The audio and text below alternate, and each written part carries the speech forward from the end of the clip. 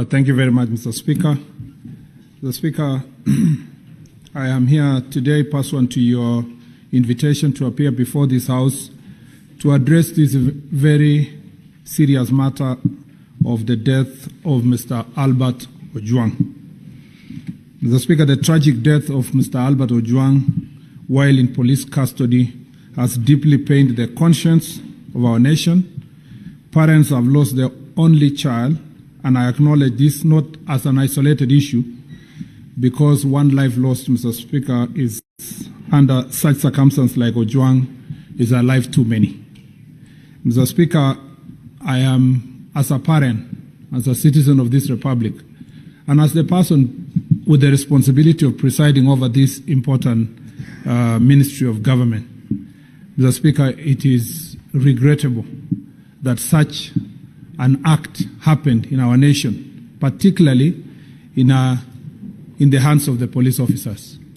Mr. Speaker, I'd like to send my personal condolences to the family of Mr. Albert Ojwang, to his father, to his mother, to the wife, to the only child, Mr. Speaker, and the entire family, and to promise them that, Mr. Speaker, as a government official, I will cooperate, I will put every effort within my ministry to ensure that justice is served to this family, and, Mr. Speaker, that those who were involved in this action, Mr. Speaker, will be punished severely so that it becomes an example that, Mr. Speaker, such an act should not happen within a police custody.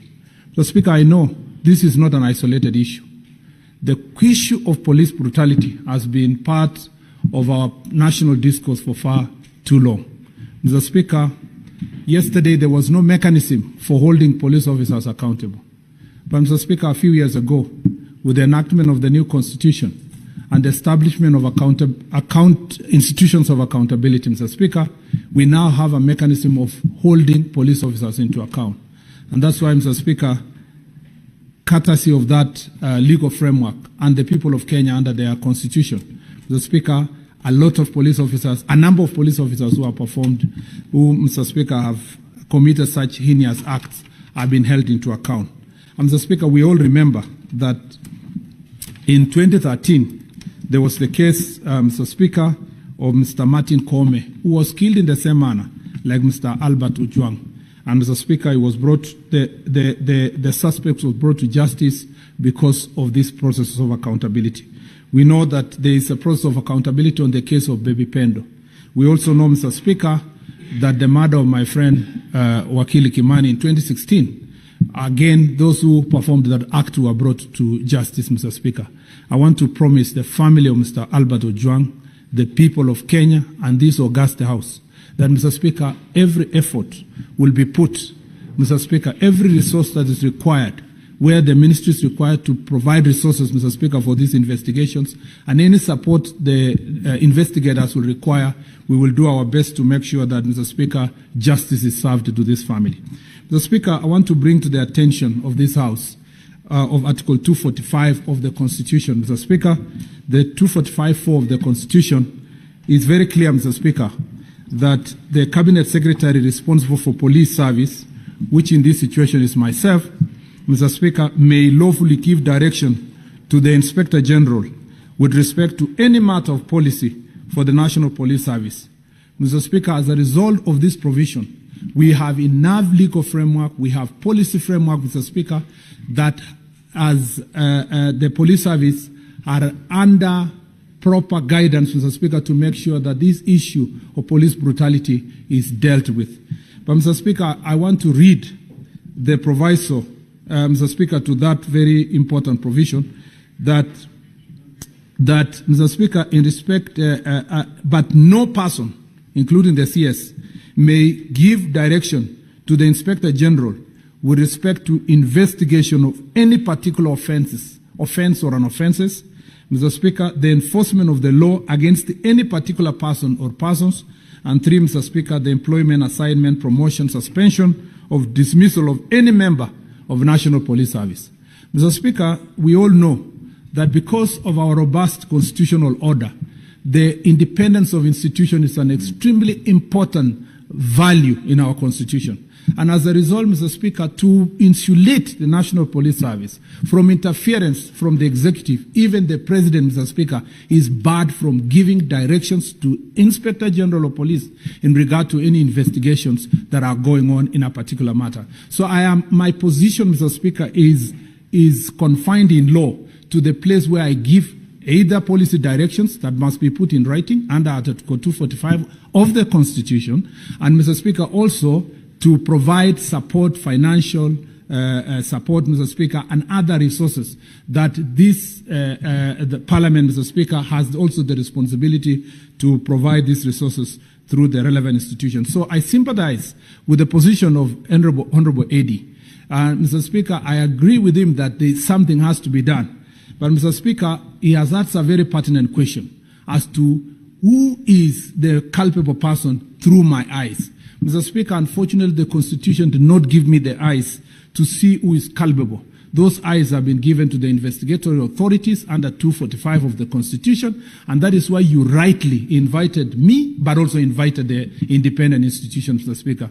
I am confident, and this is the promise I give to the people of Kenya, that we will do everything within the ministry to ensure that there is no interference, there is no shielding of any individual, there is no cover-up, Mr. Speaker, from the part of the executive, and that, Mr. Speaker, that the Inspector General of the Police and the Independent Police Oversight Authority, which again, Mr. Speaker, in Article Section 4 of the IPOA Act, have been given independence, Mr. Speaker, in all matters of investigation regarding matters related to police brutality and police, Mr. Speaker, crimes committed by police officers. Therefore, Mr. Speaker, should questions arise that touch on policy issues, that touch on the ministry's policy contribution, Mr. Speaker, I am more than happy to respond. But I am glad to note that, Mr. Speaker, we have with us the Inspector General of Police, who exercises that independent authority, Mr. Speaker.